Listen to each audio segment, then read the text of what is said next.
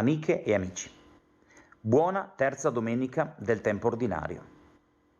Siamo al capitolo 1 del Vangelo di Marco, mentre domenica scorsa eravamo al capitolo 1 del Vangelo di Giovanni. Cosa hanno in comune questi due branetti che abbiamo ascoltato? La chiamata dei primi discepoli, no? Gesù che inizia la sua vita pubblica non facendo un grandissimo sermone, un discorso emozionante o spettacolare, lungo, eclatante, no. Gesù non comincia facendo grandi prodigi, ma la prima cosa che fa è qualcosa di molto discreto e forse anche nascosto, che inizialmente non si vede. Va a cercarsi delle persone, va a cercare dei fratelli, degli amici, dei discepoli certamente, ma lui i suoi discepoli li tratta da amici, no? Vi ho chiamato amici. Gesù vuole, la prima cosa che fa è creare la comunità dei fratelli e delle sorelle, perché il Vangelo non è grandi discorsi o grandi cose o grandi opere. Magari ci saranno anche quelli e ringraziamo il Signore, ma la sostanza del Vangelo è uomini e donne che apprendono l'arte di essere fratelli e di aver cura gli uni degli altri, di essere sensibili gli uni alle vite degli altri, di essere attenti all'altro, essere accanto, essere insieme, essere con, ma anche essere per.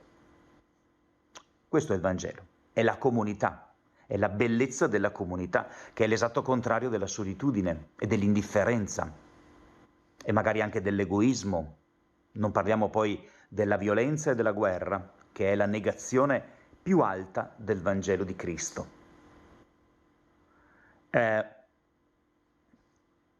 Questo brano del Vangelo di Marco lo conosciamo fin troppo bene. Passando lungo il mare di Galilea vide Simone e Andrea, fratello di Simone, mentre gettavano le reti in mare. Erano infatti pescatori. Gesù disse loro: venite dietro a me, vi farò diventare pescatori di uomini. E subito lasciarono le reti e lo seguirono. Stessa cosa con l'altra coppia di fratelli, Giacomo e Giovanni, figli di Zebedeo. Ok, fin qua. Una considerazione che possiamo fare è intrigante, no, questa espressione, vi farò diventare pescatori di uomini. Noi pensiamo che il pesce, quando viene pescato, fa una brutta fine. Allora cosa sta dicendo Gesù? Venite dietro a me, vi insegno come si fa a fregare gli uomini, a fregare gli altri, no? A imbrogliarli come si fa col pesce quando lo peschi, ad avere l'amo giusto, l'esca giusta perché abbocchino. Non è così, perché in realtà noi non siamo come il pesce e non siamo fatti per vivere dentro l'acqua.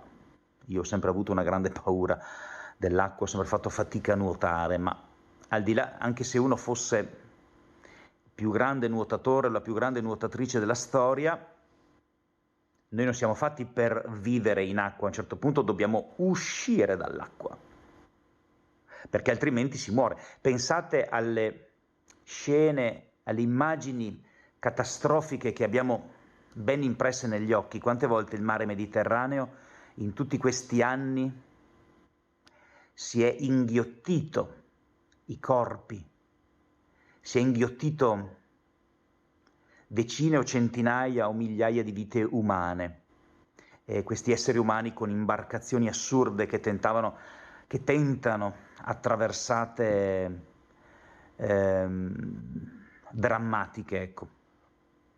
E il mare si inghiotte le nostre vite.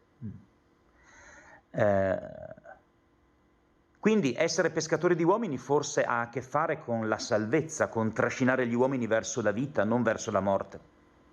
Gesù è venuto per questo, no? Lo dirà chiaramente nel Vangelo di Giovanni: io sono venuto perché gli uomini abbiano la vita, perché credendo in me gli uomini abbiano la vita e trovino il pane della vita, le parole di vita, lo spirito di vita.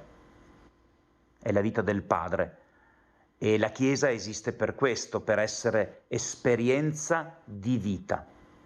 Attraverso che cosa? Beh, sono proprio le relazioni umane della comunità che dicono la qualità della nostra vita, la qualità dei nostri rapporti la qualità dei nostri legami, la qualità del nostro essere fratelli e sorelle e di amarci gli uni gli altri come Lui ci ha amato, questa qualità dice la qualità della nostra esistenza.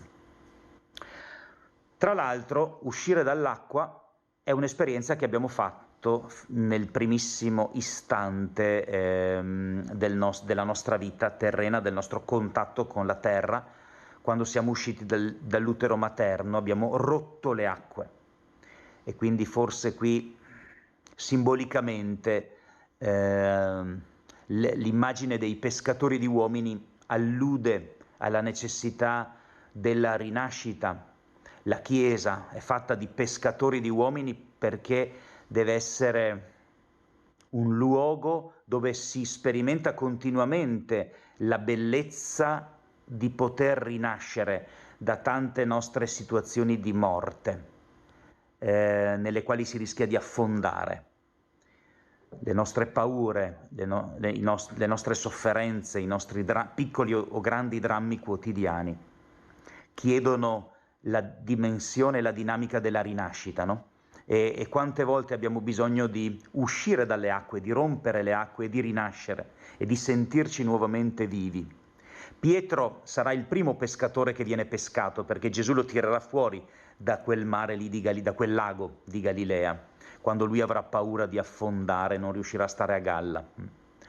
E si parla anche di reti che vengono riparate. Ecco, la rete vuol dire comunità, vuol dire relazioni, vuol dire vita. Buona domenica.